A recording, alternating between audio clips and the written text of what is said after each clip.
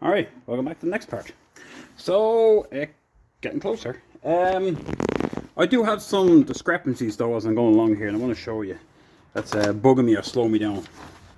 So, I have a wire here, and I think I hit it up here, and it's a black with a green tracer. So here it is here. Black and a green tracer. Well, I have it coming across here. Okay, here it is. Sorry, I'll put it this side. So you see it's black with a green tracer. Now, I said in the previous video that here's the black with the green tracer that connects to there. And that's for the buzzer. Well, I was wrong. I was wrong because, well, the wiring is different. So, if I go to the original diagram, sorry, I'm trying to pull it apart here. The original diagram will show me this. There's the black with the green tracer. So it goes from the ignition switch, which is grounded out, to the actual steering column. Then it goes to a bullet connector, which is that, and goes to the buzzer. And the buzzer then goes to the purple orange and goes around to the door switch. And this is where you have the two of them. That's normally here. And it proceeds and then goes into the purple, which powers them, which gives it power, right? Because that purple is actually live into a bullet connector, and then there's a switch, and the switch then breaks off. Then of course you have the diode that goes the opposite direction, and that goes into the seatbelt warning and so on, right? Bit of an odd system in the way of that it's not the greatest system to follow. However, the ground comes from this end, and the live comes from this side. But when I go look at this sheet, and I have to find the black with the green tracer, I went to go there, and it actually, believe it or not, it's down here. Sorry, black with green tracer comes down, goes across, goes into a switch, into another switch, to a temperature switch, and it's actually the manual fan switch. All right. So that's two completely different things. So what I'm trying to find then is the water temperature sender, because that says temperature switch. So I presume that would be the water temperature sender. And if I go find the water temperature sender on this one, temperature sender is the gauge, and it's the green U, which is the blue tracer. Because U is blue. So I actually have the wires here done. So that's the green with the blue tracer, and then that goes all the way up, and that will go straight to the sensor itself, which is this squiggly line here. That's the actual sensor itself, and it's grounded out to the engine block. So this one, the water temperature, yes, it is the green with the blue. It goes to the sensor and so on, but it just doesn't make sense that the ignition for the buzzer. So I was trying to find the buzzer on this. Here it is here. Key warning buzzer. So you have purple, and it goes to a purple green. So obviously the purple green is what runs it. But to see the difference where you get confused, because a lot of the stuff I'm doing here, I'm looking at the colors, and I'll base the color what I see. Like, oh look, I see this color, like purple with the black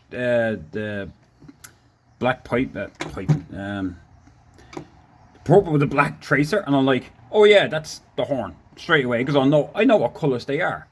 But then, like I said, what screws me up is I look at this and realize that the colors are different. So like now I'm finding different colors for different things. There's new colors in here. Like I said, there's a yellow in here that's normally not. That's the main power in.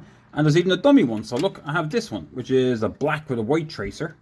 And that one is, actually it says somewhere here, it's a switch to kill it.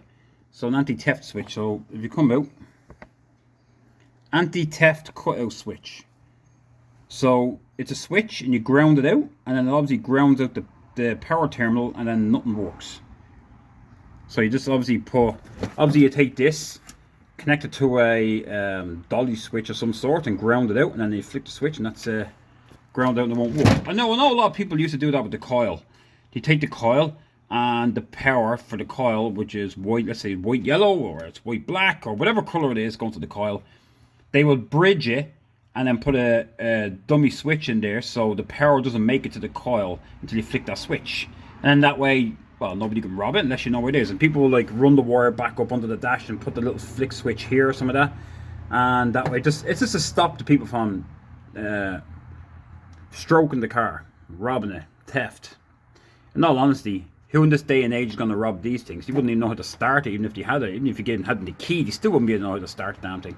So I wouldn't be too worried about these things getting robbed. Like, maybe back then, but not now. Like, just, yeah. Yeah, so I'm not going to worry about that. So that's just going to be a dummy wire. It's going to just blank off somewhere. Anyway, yeah, so there's all discrepancy I'm following.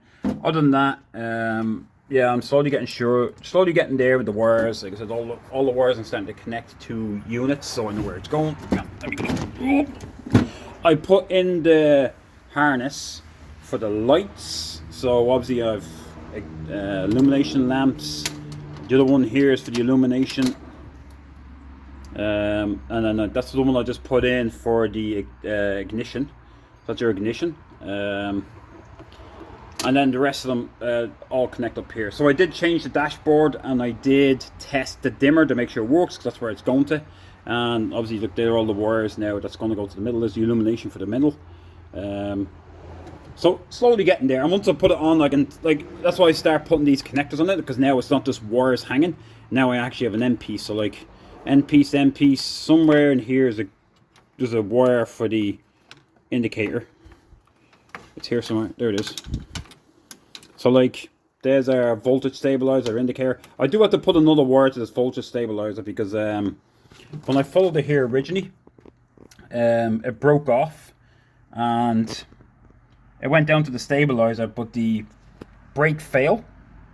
So you have a black with a purple tracer, which is the opposite. It's not this. This is purple with a black. It's black with a purple. I don't know. I don't know if it's in there.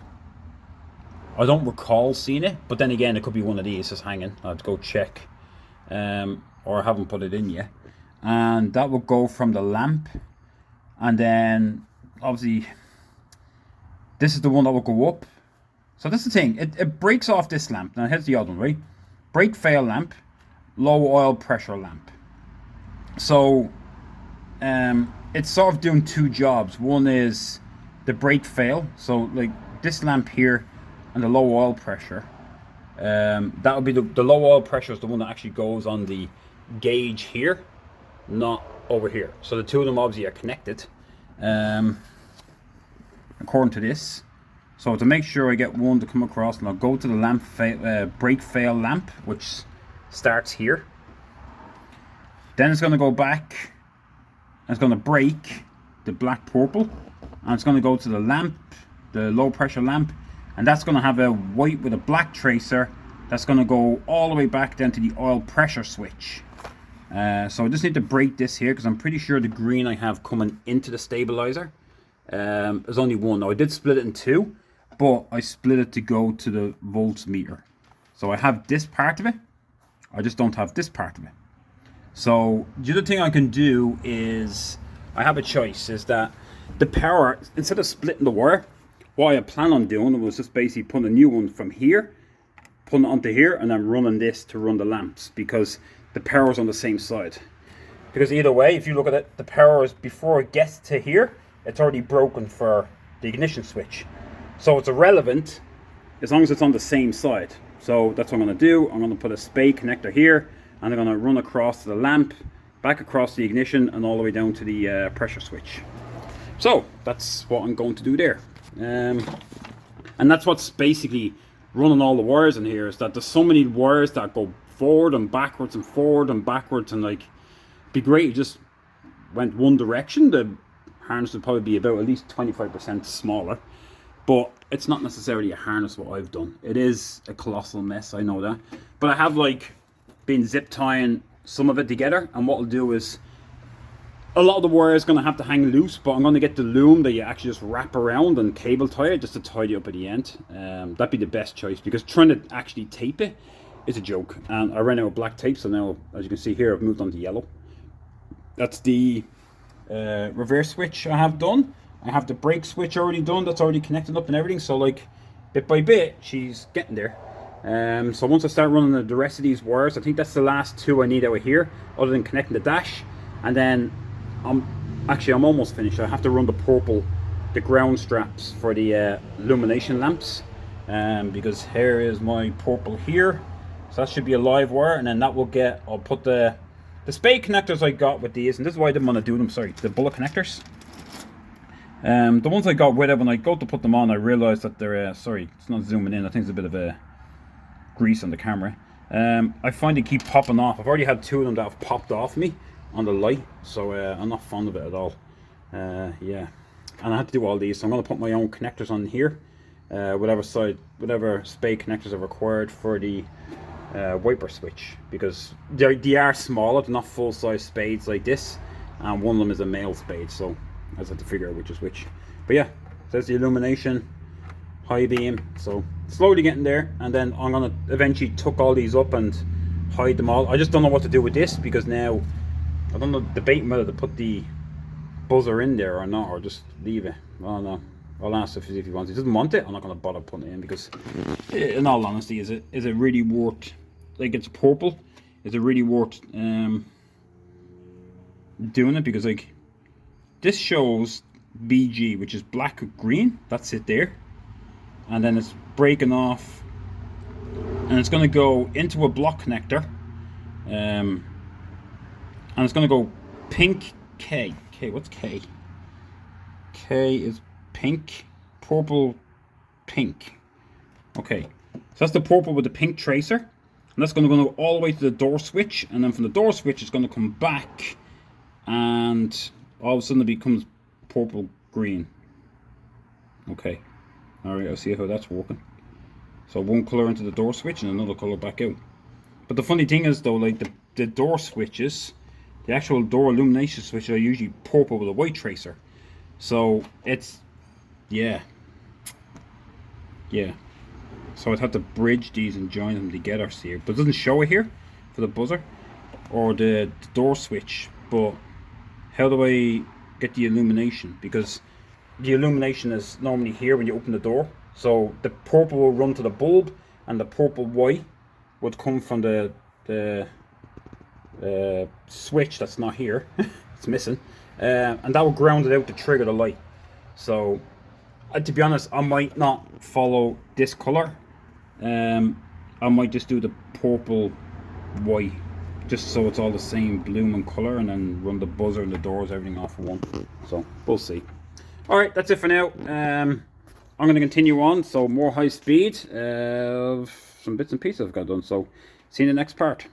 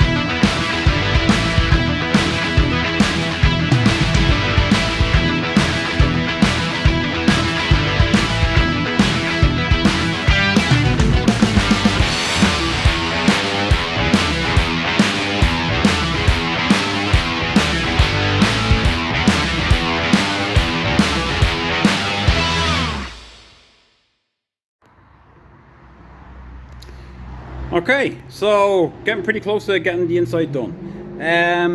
I've pretty much put in all the wires I need to put in. The only last things to do is put some spade connectors on the wiper switch. I just had to tidy up these two wires, what they're for. I remember they're for something, I can't remember. But I've put all the rest of the wires in. I've ran the purples and everything for the lamps. There's one there for the glove box. So the only few things that's not in here is that there's no wire for the handbrake. So I'm not putting that in because, to be honest, most people, when you put a different seatbelt in, most of the time the aftermarket seatbelts don't have any wiring. So to be honest, that becomes a dead rubber. So what's the point in wiring something up? There's no buzzer going in because that's not going to be required. Other than that, some wires is hanging there is going to be for a switch for the fan. So the fan on this one's going to be manual, to say the word. When I say manual, is that it's going to be operated by a switch and a switch only. It is an electric fan. And I've had this wiring harness in the red Tr6 I've done, and I put air fan in that's automatic, to say the word, by its own temperature. But this one has its own wiring where it's just going to operate off a switch. So it's going to be a switch. Whenever you want to turn on, you flick the switch and it turns on. So I'm pretty much ready to start in here into this whole engine bay. I have put a ground strap here. So what I've done is I've tucked it away nice here. The ground, I put a bolt through here. And again, all the ground strappings that all meet up here will all meet up with the bolt. Here she is here. And I'll just go and bolt to that and they'll be nice and tidy and up out of the way. Yeah. It's going to be nice and clean there. In that way, that it's not going to be, because a lot of the ground straps are usually like tagging on here, tagging on here, tagging on there. They're all going to come out and go up and go over here, up out of the way. And it's going to be decent enough access from it. Yes, but if glove boxes go in, it'd be hard to get to, but they're only ground straps. So it's not something that we need to be getting at. So I might as well hide them up out of the way. That's it for that end of it. So other than playing moving some wires around, that's we're in the wrong places, going the wrong way, adding the extra wires in back and forth. Oh man, the amount of wires that go back and forth is unbelievable. So he's still running a manual fuel pump, so that's the wire for the electric. So I don't know if he's going to leave that there. For now, it's going to stay tucked under there until we decide what we're going to do with it. And then the rest of the wires, I'll go over that side. The majority of these wires are pretty forward if the color wise, like the blue ones are headlight. I don't know why there's two of them. There must be one for each side then. So instead of splicing it, I can just do one loop around. That's great. So there's headlights. If I take four of them alone, there's the headlights. I presume this is going to the alternator because it has brown, and that's brown is usually alternator related. Of solid white, which should be the coil. Purple with a yellow. I'm not fully sure on that one. White with a green. That one came out actually. That one came across and went back in actually. So that one goes to the ignition. So that actually comes out and is going back that direction, not coming this way. Believe it or not. And I believe the red one is the same. The white red is the same. That's the word that's going to go back and actually goes to this one. It should be. Oh, that's pink. To go find the wire, it's going to go from there and runs all the way down to the starter motor. It was there. I swear it was there. I'll double check. If I have to, I'll just take the white with the red and make it. Other than that, the only other wires we have here is we have our ones. We have ones here. The black and the black with purple are going to be for oil pressure switch. We have greens, which is our indicators. We have red, which is our standard lights. So, like, as much as there's a pile of wires here, it's when you condense them down to what they're for, you put them into a little loom, it's actually not that bad. Yeah, it's not that good of a thing. Well, I should say, not that much to do. Oil pressure switch, coil. Actually, the one on the coil is already there. So, to find out where that one goes. I swear I already brought it out. I swear it was this one. The white with the black. I thought that one was going to the coil. That's brown. So, I'll double check. He already had that connected, so I have to find out where that's meant to go. Ignition onto starter solenoid. So, well, no, I'll go look at it. Yeah, it's just the alternator. I have to figure out which ones we're going to go where, because obviously I have this yellow one that has to go there. There is another connection that went in. Sorry, I'll go find it now. It was, I swore it was this one. But I had the connection, because the alternator connection had a different one. Like, there's a solid yellow one. Where's that coming from? Oh, here. Here's the wire I was talking about. So, This is alternator because again, it's brown, and it comes with this connector, but that connector is not for this one. So I'll have to try follow where they go. So this yellow one, this brown one, and most likely this yellow one as well will be all three, and then we'll connect it to this, and this will be where I plug it in because this is a 3-port. I may end up replacing these, so I'll take it right out. I'll just use the box because I actually have these pins, so I'll put new pins in there. But I do have a brown with a yellow tracer, which, there we go, there's the brown with the yellow tracer. Big solid brown, which I presume is going to be a big solid yellow.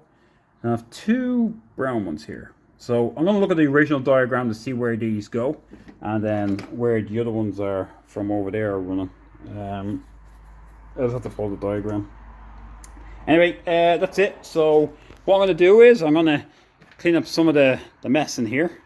So because I'm almost done, and I'm going to start tidying all this up so I'll have a nice clean floor again. And got a mess of wire everywhere. That's the overflow wire. So I have to clean all that up. Yeah, it's quite a messy job this. So I'm going to clean it all up so I know where I am, and then I'm going to put the plinth on and the dashwood. Although I know the glove box is not in it, but again, I'm not installing that. I'm just putting it on so I can put the dials on so I can actually connect everything up. I do have to put the oil feed line down. I don't know if he has one. I have to go through his boxes. If not, I have to put one on. And same as the switches. I have to go put some new switches in the door to connect them up. And yeah, other than that, like I said, just this one, just these switches, and that should be it. I'm pretty sure the dash is pretty much done then. Yeah. Alright then, time for some more high speed, and I'll see you in a minute.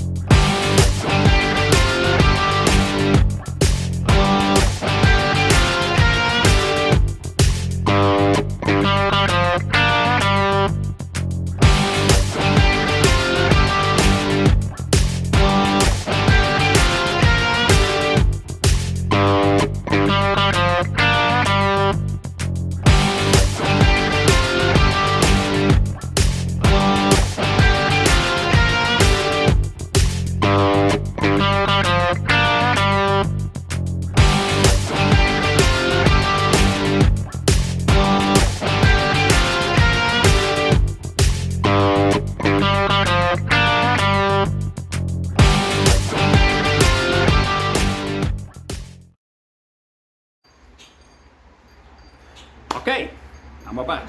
So I've cleaned up the car, I've done a bit, and I've raised it in the air. So what I'm going to tackle now is, I know I said the last time I was going to actually put the plinth in the middle, and then put all the wiring through, and then go to the back. And I'm still bouncing around, where do I go to next? Like, oh, I want to do this and I want to do that. However, one thing I do want to tackle first is the drive shaft. So he did ask me, like, there's no point in getting this thing ready to start, and it starts, it's not going to go anywhere. I'd like to be actually able to move it. However, with this 5-speed gearbox in it, we need to make sure the drive shaft fits. Now, different packages you buy gives you different things. And I've never fitted a 5-speed. I don't know all the different packages. I've never done a conversion, so like I've yet to do that, and I will someday. But on this, he put the Toyota Supra gearbox in this one. So we got that conversion pack. It's gone in. Other than the front of the engine sitting up high, it doesn't look correct. But what I want to do is measure the drive shaft and hopefully get it balanced. So let's go have a look at this. So my mush. All right. So what I've done is I have put the lifting eyes on it. So I've installed them to allow me to get the engine crane on it, because I actually want to undo all this and lower right down. But before I get into that, I wanted to move in here. So you can see I cleaned up the mess. Yay, it's all nice and clean-ish. And I finally found the tape I wanted to actually cover that in. So what I've done is I've measured from the flange here of the back of the gearbox, and I've measured to the flange on the rear end, which it's not the standard one. I think he said it's a Ford rear end. Which Ford, I don't know. I'm not sure, to be honest. Let me show you it though. Yeah. Let me go underneath. You may know it. So this is it. I'm pretty sure he said it was a Ford. I know some of them put the Nissan ones in there. Anyway, from here I wanted to measure. Oh, I can get up. I measured from the flange, and what I was getting was pretty much 27.5. To a degree, give it or take a little bend on the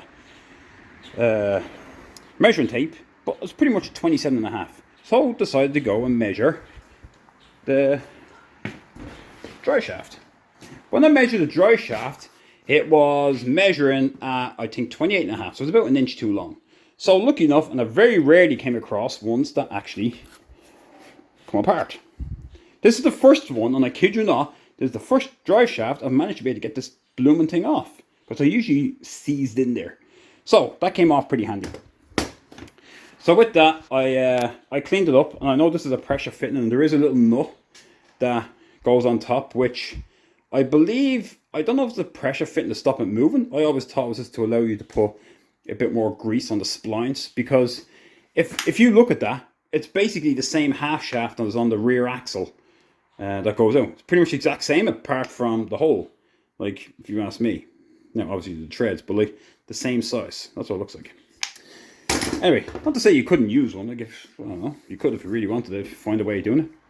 Anyway, so I know someone said about getting this cut and balance and all that jazz. So what I'm going to do is, I did look, and you can see where it's set beforehand. So you can see the ring line.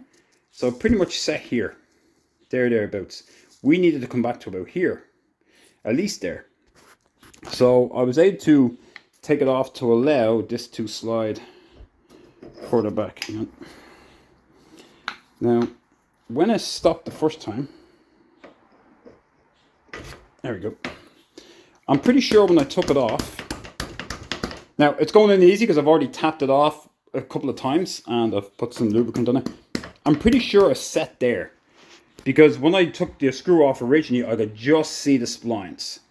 In saying that, now I can actually look how far back it goes. So I'm pretty confident that this will go back far enough to fit in, and then I should be able to pull it forward, bolt it together, and then I'm going to tighten this up.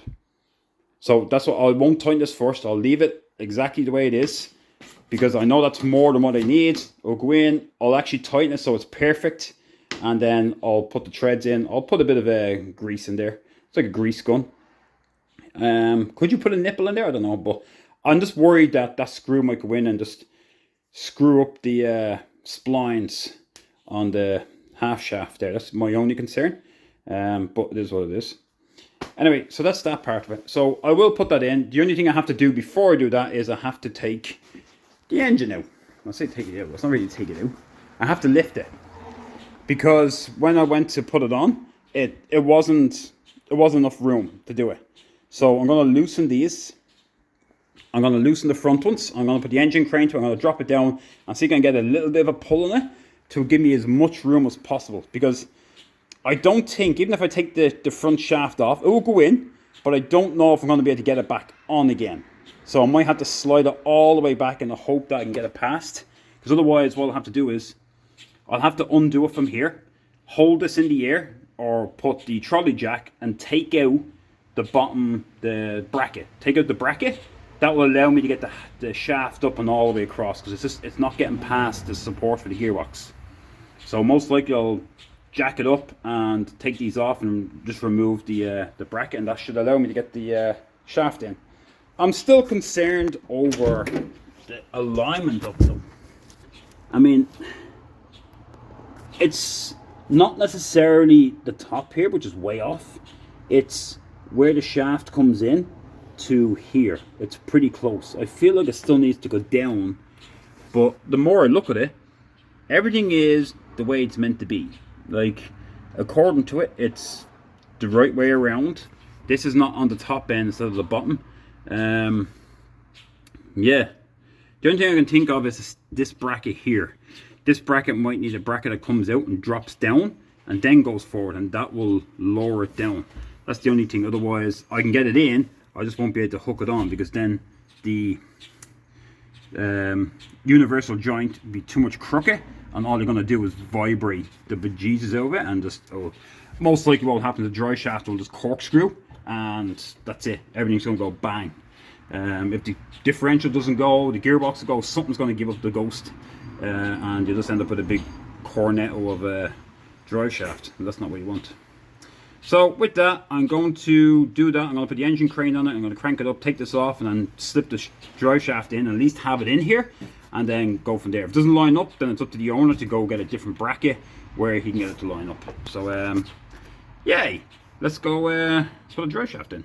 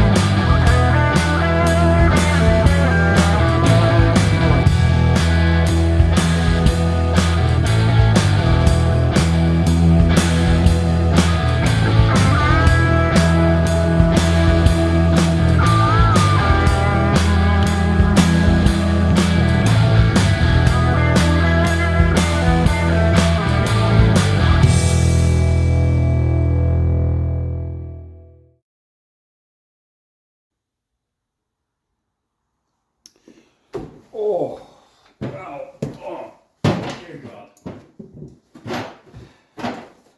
Okay, so I have removed the bolts from the gearbox bracket.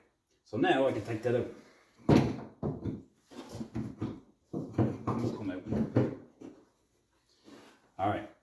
Now, it's coming out, and if you notice, only one on it because I already took the other one and popped the other one off. This one actually wasn't bolted on. This one has its nut on, but as you can see, it's not even done all the way. It's just loosely done. This one was just sitting down altogether. Now, I'm not saying it was sitting up because these might have been in wrong or it wasn't actually sitting down correctly. I don't know. But here's what I face, is that right now, the engine and gearbox is levitating in here.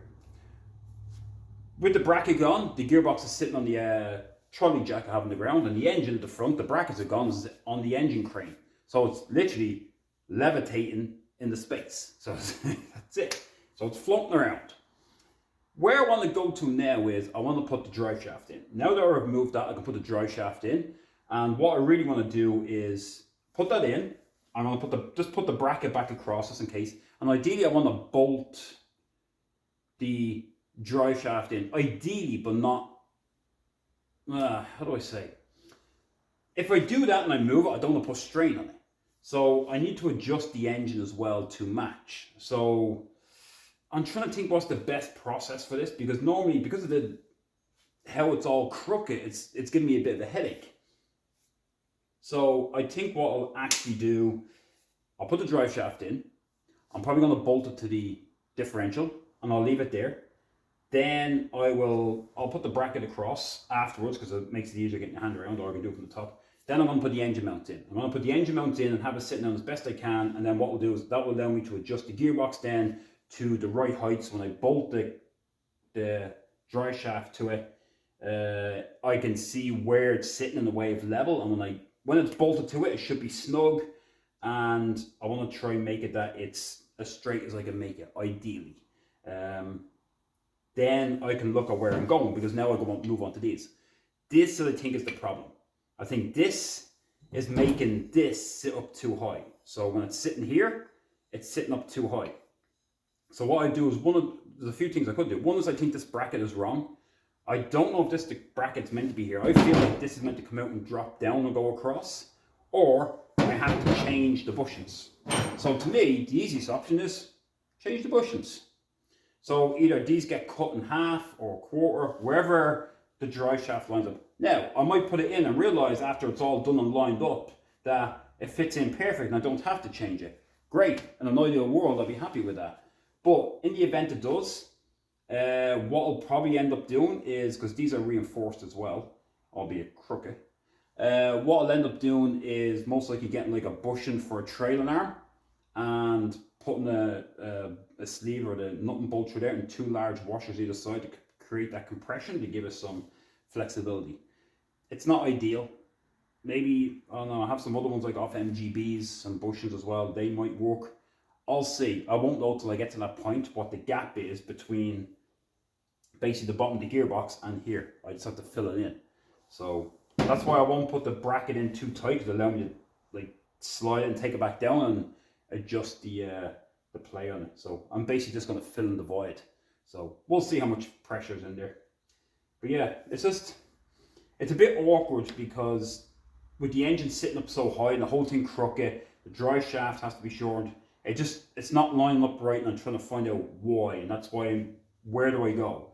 Do I put the drive shaft in first? Do I not put it in? So yeah, I just don't want to create a corkscrew. So I'll stick with my plan, put the drive shaft in, bolt it from the back, do the front engine bay, bolt it back in, and then we'll see where we are then. Alright?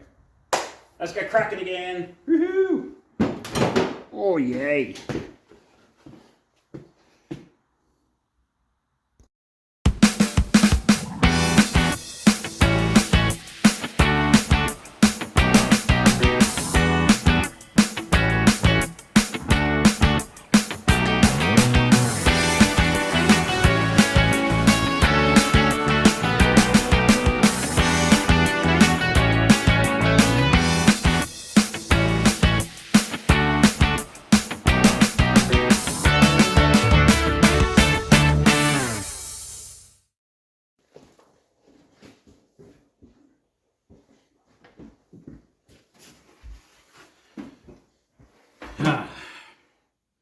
She's in.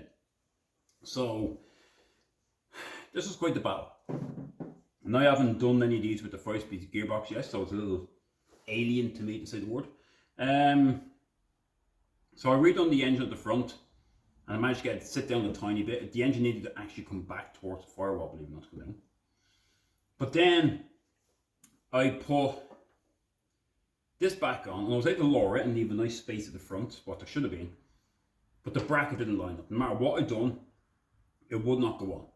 I still believe this is wrong, that if you're using this, you need smaller bushings, because it's almost straight, but I was able to, I basically raised the gearbox up all the way till it touched the firewall, and what I done was I dropped it and left enough that you could literally fit a piece of paper in there, and that's it. So it's not touching, it's not actually touching the firewall. Well, I don't know, there's less gap in it now. But it's out of my control based on this bracket. Unless I put smaller bushings in it, which I said I would do, but I managed to get it in. And looking at this, it's meant to sit as high as you can get it. I still feel that it's not correct. I still feel that this gearbox here is pitched and not actually straight. So you'd have to actually lower or alter your engine mount to the front, shorten these a bit, and then that will drop it down and leave it a more straight drive shaft. Because even though I looked on the drive shaft, it's still a bit upwards to meet this, so I still think it's sitting too high. Even if you got a different bracket, and I've seen them where you come across, step down and go forward, it will drop this down. That's no problem, but that's no good unless your engine compartment is down all the way as well. And I still think the way it is, you'd have to alter the bracket to allow it to sit even lower, which may cause another problem. So, does it work? I say it will, because you can get away with this at an angle. Like, it is a universal joint. There shouldn't be an issue. Obviously, the straighter it is, the better. So yeah.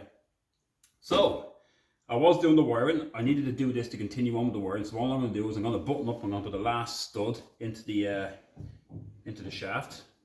And I'm going to button up the back, tighten her up, and the screw. I'm going to put a bit of grease in there, and then I'm going to tighten her up, and then that should be it. And then we'll go back onto the wiring into the engine bay. So let's get cracking.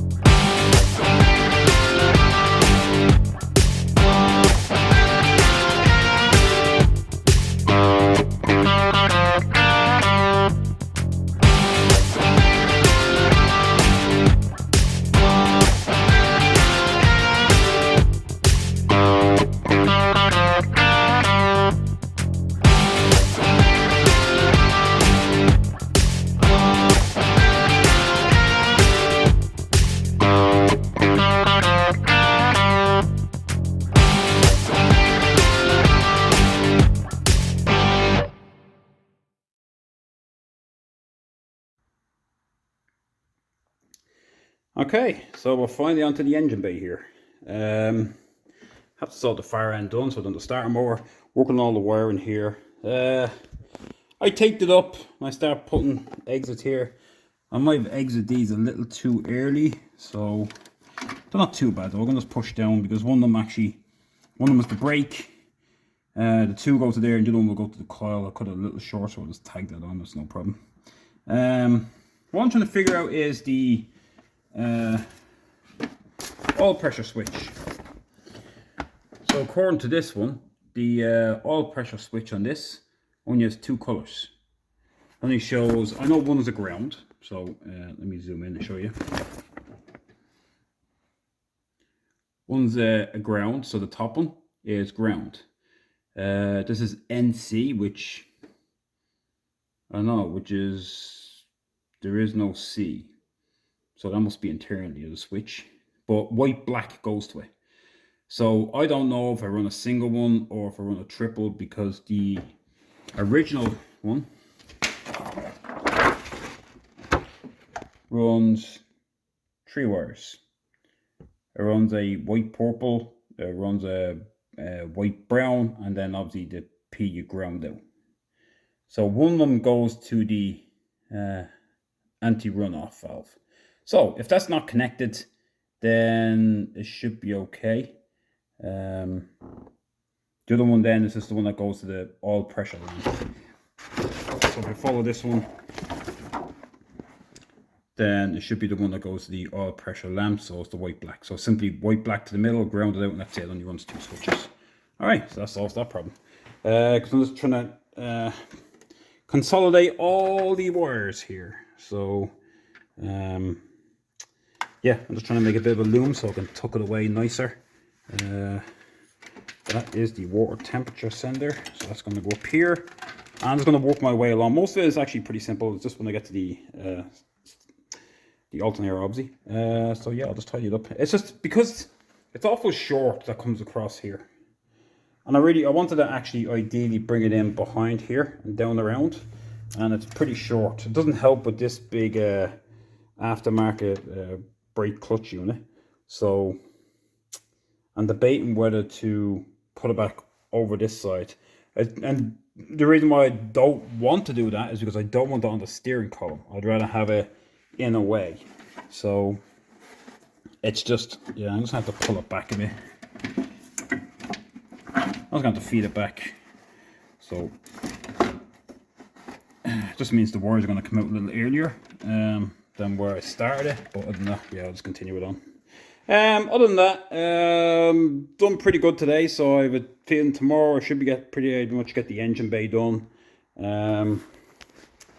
I have gotten in and finished the dry shaft. I had to do that dry shaft because in order to move forward, that needed to get done. He didn't know if that was going to turn, because if I start the engine, I want to make sure it actually works. Not that I'm going to be driving or anything, but the drive shaft needs to be connected. It says other than 2 wires, I think I'm pretty much done with the dash. It says the only other is a 1 lamp, and I swear there was 1 more wire I have to put in. And I can't think of what it is. Maybe run a radio wire, but that's, if he wants to run a radio wire, it's up to him. Yeah, then I'm going to put the cables in. I'm going to run them through. And then I'll move on to the back end of it, where I'll put the new lamps in. I'll put the spade connectors for them. So, almost there actually. I'm actually almost there.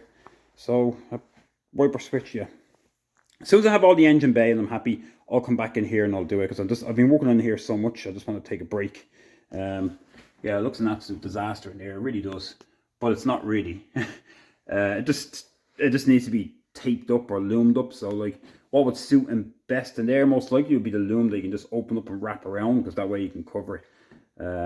I may end up taping it. If I can, I'll pull it out, because it is cable tie. Some of it, I'll tape some of it, but to be honest, you don't even see it anyway. You don't see any of that. Unless you look underneath, you'll see a colossal mess.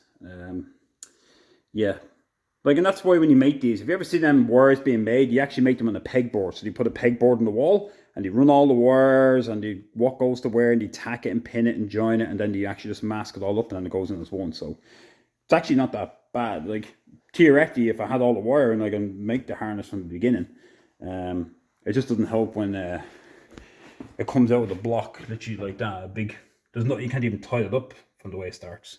So yeah, it's messy.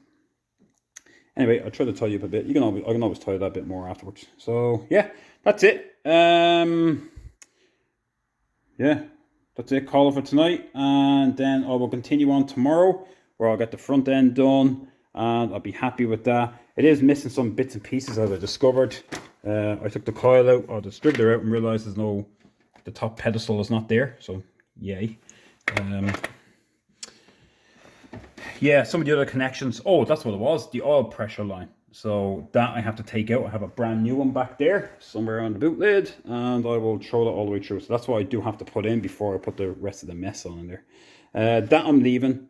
I'm not going to connect, because that goes to the wiper washer bottle. I don't have the little T-bone, but that really just feeds through across and pops out. So the wiring is there for the washer bottle. I'm not here to finish the car. I'm really just more or less doing the wiring harness. Yes, I done the drive shaft, but I had to do that. That was a part that I had to get done as well. Anyway, that's it. So I will see you in the next part, where we will hopefully get this done and figure out where I'm going to go in the way of our fuel system. Are we putting the original carbs on, or am I putting a different system on? But yeah, before I get there, I want to get it all up and actually be able to put power. Actually, I don't even have a battery for this thing. I have to do something else. I have to put some power through it and find out where all the little niggly bits are. So, all right, see you in the next part. Yeah, again, any comments, questions, concerns, give me a shout. And any comments, keep them positive. And see you in the next part. So, thanks for watching.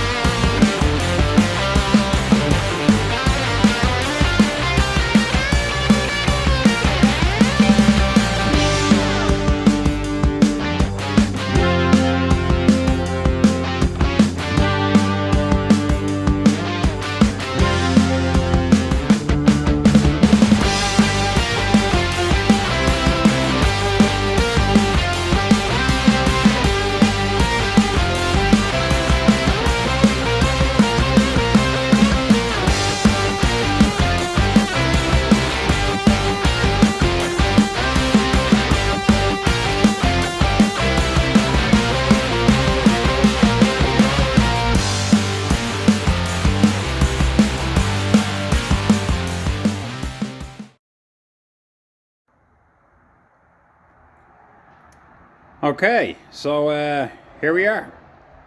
So basically we've gotten to the point where I had to go back to the dash, but I've gotten the engine bay done. Let's say I've gotten it done. I'm 99% done. I've tied up all the wires, put them into made up a loom to a degree. That's for the electric pump, so that's why that's just sitting there. I did bring the wire down across here and back. Originally the wire came down and downwards, and now what I should have really done, when I think about it, is I should have really stretched out the amount of wire. Some of it was short though, some of it didn't go too far. I should have really brought it up across here around the wiper and back down. But I said I was originally just going straight down there, which was no problem to it. But I just wanted it this side of the brakes, only because I don't want it anywhere near the steering column, just for the sake of it. So that's why I end up stretching it across. So with that, a lot of the wires were back here. Anyway, that's done. The extra little yellow one you see here is because there's one where I forgot originally, which is the one from the starter all the way back to the distributor. The coil is done. I do have the wire here for the oil pressure switch, so I have to basically get a ground strap for that. That's it. So just this and the ground strap, and that's it. I put the oil feed kit in, I've put the oil pressure line in up into the bay, I've done the alternator, I've done, like I said, the coil, I've done the fan, I've done the marker lights, the front lights, the headlights on both sides. So I've pretty much done that. There's the wiper over there. So I'm pretty satisfied with everything I've done so far in the engine bay. I have to plug that in. So where I was going, actually why I unplugged that was because up here there's this pipe has to come off. So I don't know, this looks like it's meant to be for its own sensor, a temperature sensor of some sort. The original one is in there. The fan is run directly for a switch, so there's no sensor to turn the fan on and off. When you want it on, you flick a switch, it comes on. That's it. So I am going to remove this and put a normal pipe in. I've had to connect a lot of the other hosing, so I have to go over to make sure it's actually in one piece and it's not leaking or anything, because the bottom one was pretty hard to get in. It was not lined up correct. The engine looks okay. I know it's a bit of an optical illusion for me because the car's sitting up, and I think it's a bit sitting up more in the front, so the engine looks like it's tilted more and it feels like it's up far, but it's not bad. It's not bad. Like I said, there's a hairline, literally only fit a piece of paper in there, and that's close. But at the end of the day, it hopefully will work. I have to get my battery.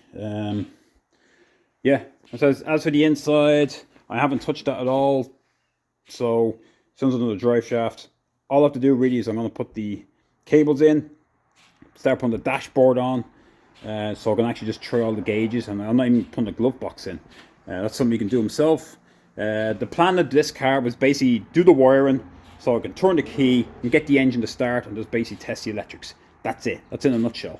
So that's where I'm going to go. I'm going to put the cables in for the choke and all that jazz, and for the fan, and then I'm not even putting the H frame in there, or the A frame, whatever you want to call it. Just doing enough that turn the key and hopefully engine fires, crack a wheel to spin, and make the electrics work. That's it for this one. But I tell you now, I am never going to do another one of these harnesses again. It is a joke. If I was ever make one, I'd take the whole bloody thing out, put it on a table and run the wires across a big giant pegboard and do it that way. But in all honesty, I don't care. This is my opinion. It is not worth the amount of time and hassle that I've gone through to put this thing together. It is not worth it. Just get an original harness and make the few alterations to it. It's still brand new wire, so like you can change the fuse box. My God, it's not worth it. Anyway, when I get that part done, we're onto the boot lid. So I'll get the small wires done for the boot, for the fuel sender, and the light as well. So that's really it. Just a couple of more wires to do, believe it or not. I said I'm not connecting the fans up or anything. As long as the blower works, that's it. It's going back to him, and you can do that, because I'm not building this whole car, because I want to move on to my P6P. I'm still out here waiting on a gasket for the Tr6 that should be arriving in a couple of days. The Tr7 is waiting on the brakes, and then the Tr3 we just got We just have it out there getting some fresh air. It's a nice sunny day. So yeah, Kelly's out there doing some slave labor. Built a nice thing at the end, so there she is. Just doing nothing, just trotting along here. Oof, look at the mess on that floor. All right, that's it for now. So we'll do a bit more high speed. Actually, no, sorry, I think that's the end of this part, and we will move on to. I don't even know what part we're on to. Probably part 4 or something like that. And it'll be hopefully the last part. I will do it and hopefully put power to it and turn the key. All right, see you in the next part. Thanks for watching.